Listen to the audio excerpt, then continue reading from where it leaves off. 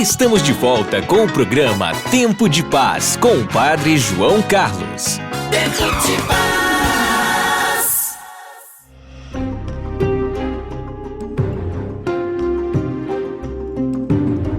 Ele é psicólogo clínico hospitalar e atua no Hospital IMIP, um hospital de referência em nossa região.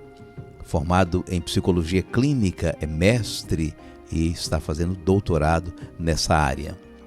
Doutorando de Sociologia Cognitiva pela UFPE e é pesquisador das áreas de Psicologia Cognitiva no campo de Psicologia Cultural Semiótica. Professor do Centro Universitário Uninassal. Estamos recebendo aqui o Dr. César Oliveira. Dr. César, seja muito bem-vindo e obrigado por acolher o nosso convite. Boa noite, Agradeço pelo convite. Acho que é uma grande curiosidade, Até hoje os pacientes perguntam muito.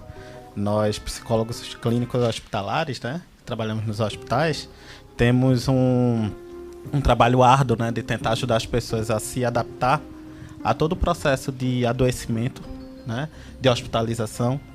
Então nós ajudamos eles a lidar com esse momento de sair de um hospital, ou sair de sua casa para ir para o hospital para se tratar, de se cuidar e lidar com os impactos dessa doença ou do próprio processo de tratamento. E que público o senhor atende?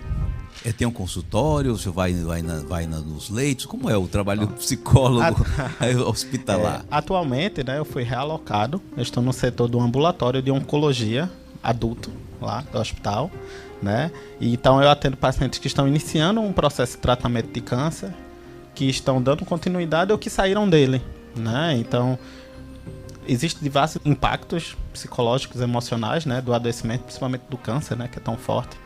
E nós tentamos ajudar esse processo de continuar a viver bem, independente da doença, Então, seja durante o tratamento ou posterior a ele. Então, eu atendo eles em ambulatório. Em alguns casos, sou chamado para ir na enfermaria, quando é algo mais urgente e a pessoa está hospitalizada. E, excepcionalmente, até nas UTIs. Também sou chamado para ir atender lá, dando esse suporte.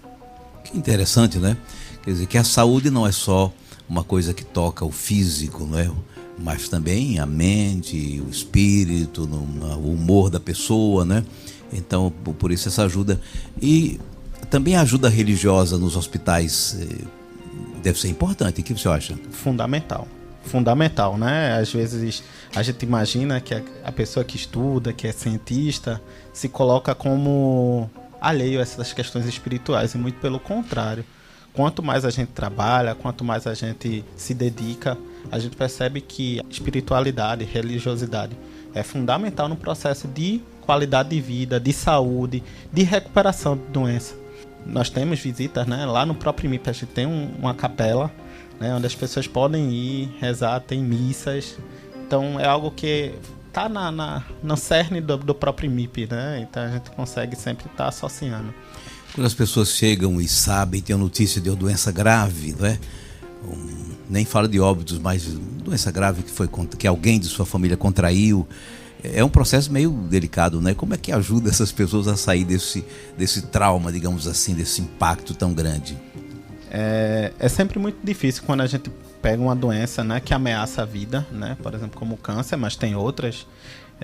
O indivíduo se depara com sua finitude, Saber que sua vida pode chegar ao fim a qualquer momento.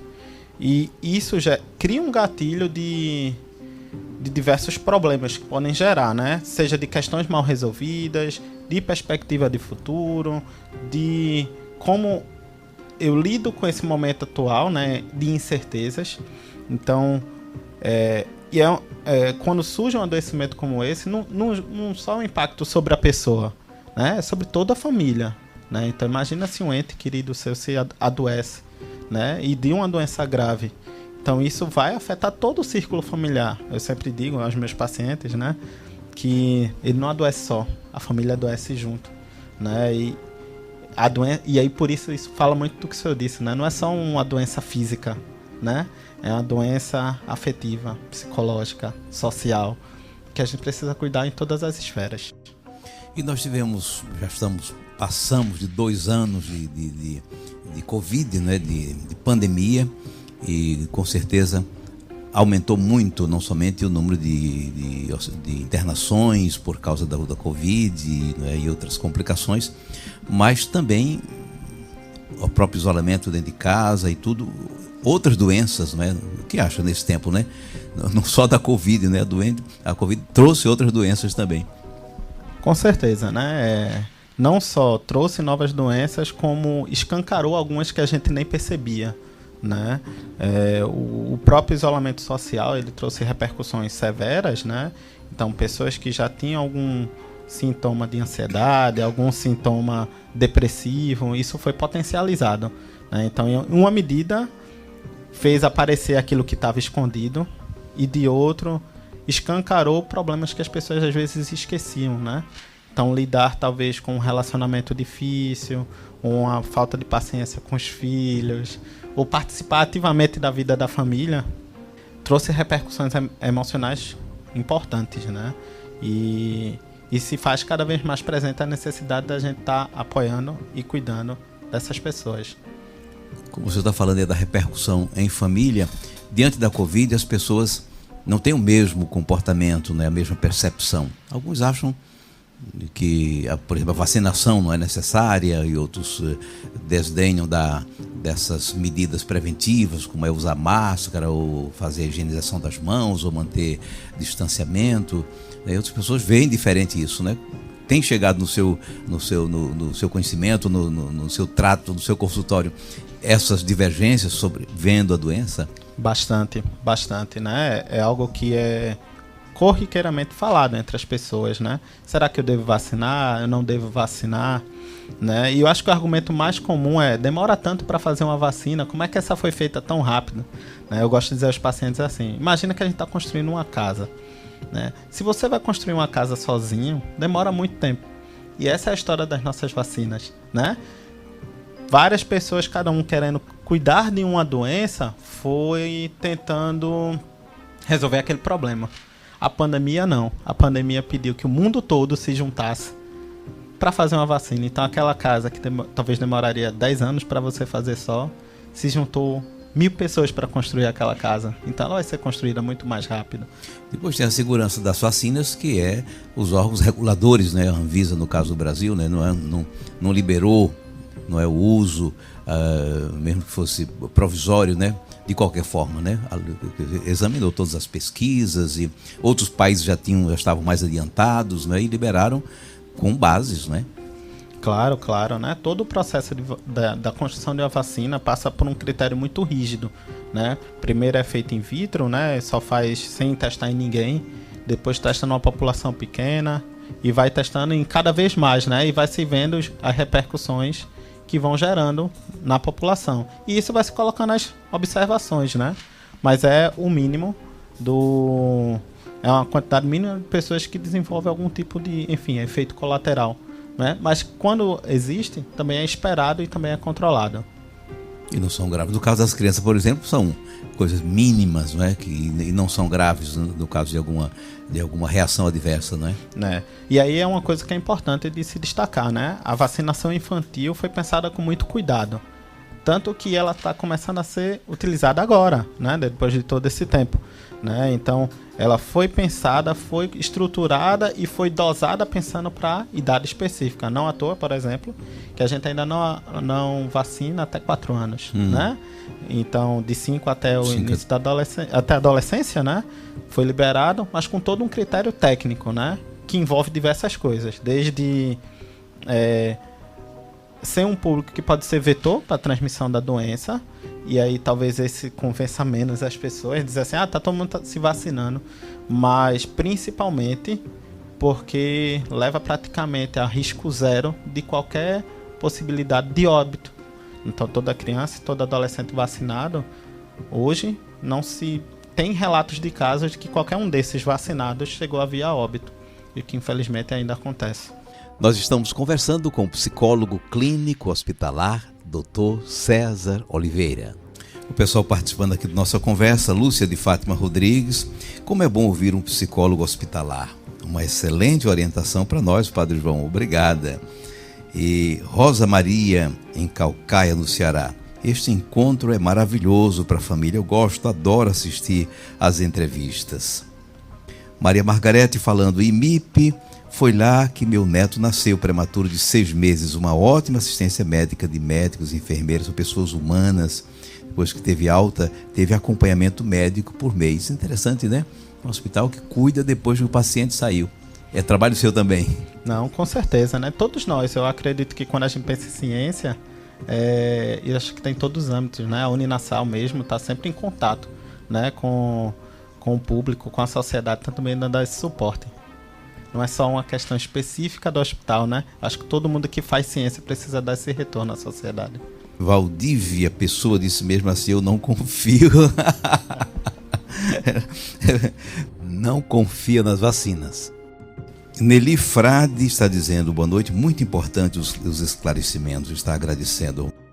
Nós estamos conversando com o Dr. César Oliveira, que é psicólogo clínico hospitalar, e nessa Semana Mundial do Enfermo. Olha que coisa abençoada a gente está conversando aqui. Então a vacinação das crianças, o senhor acha que é importante? Muito. E aí eu vou fazer 2 falas, né? A primeira é que se você tem seu filho, né? Independente da idade dele, se você tem a possibilidade de vaciná-lo para que ele não tenha nenhum risco de ter nenhum tipo de sequela e nenhum tipo de doença, e eu não quero nem falar do risco de morte, porque é tão difícil, né, de falar sobre isso, vacine, né? A vacina ajuda nesse sentido. E aí eu vou fazer uma segunda fala, se me permite, né? Não como psicólogo, como pai. Eu sou pai de Pedro Henrique. Ele tem 1 ano e meio, né, e ele não pode se vacinar. E recentemente ele contraiu a Covid. Não me diga. E aí ele desenvolveu uma inflamação intestinal, né? Então ele começou a ter diarreias. Ele tá bem, né? Dentro do limite do possível ele tá bem, mas poderia não estar, né? E aí eu faço um apelo até para nós, enquanto profissionais de saúde, né? Que estamos no campo, seja no campo efetivo ou no campo científico, né? A gente tá pondo nossas famílias em risco para garantir a segurança de todos, né? E já vi muitos profissionais chorarem por saber que seus filhos estavam adoecendo sem ter a oportunidade de uma vacina. Por não poder, né? Como é o caso do meu filho. Que ainda não chegou vacina para essa idade. Para essa idade, né? Mas acho que vai ter outros países que já estão vacinando de 2 anos. Claro, né? Claro. Mas aí meu filho pode ter contato com outras crianças mais velhas num parque, numa creche, né? Então eu preciso que eles estejam bem para não correr o risco. Nós conversamos com o Dr. César Oliveira, psicólogo clínico hospitalar, numa conversa super importante para essa Semana Mundial do Enfermo. Doutor, muito obrigado por sua presença. Eu que agradeço a todos. Uma ótima semana, se cuidem. E precisando, estamos aqui. De coração, nós agradecemos ao senhor Dr. César Oliveira a sua presença e a sua abalizada contribuição aqui em nossa conversa. Deus o abençoe. A família continua a ser o espaço humano e social onde primeiro a gente cuida da saúde preventivamente e também curando e cuidando de quem adoece. Quanto mais saudável os relacionamentos em casa, mais terapêuticos a recuperação. Família, um tema que interessa a todos nós. Na família estão as primeiras e mais acertadas soluções para a nossa saúde. Saúde física, mental e espiritual. O que torna a pessoa impura não é o que vem de fora, mas o que sai do seu interior. Marcos 7, versículo 15, palavra que vamos meditar no próximo bloco. Por favor, prepare água para a bênção. A gente volta já. Já de volta com o Padre João Carlos. Tempo de Paz.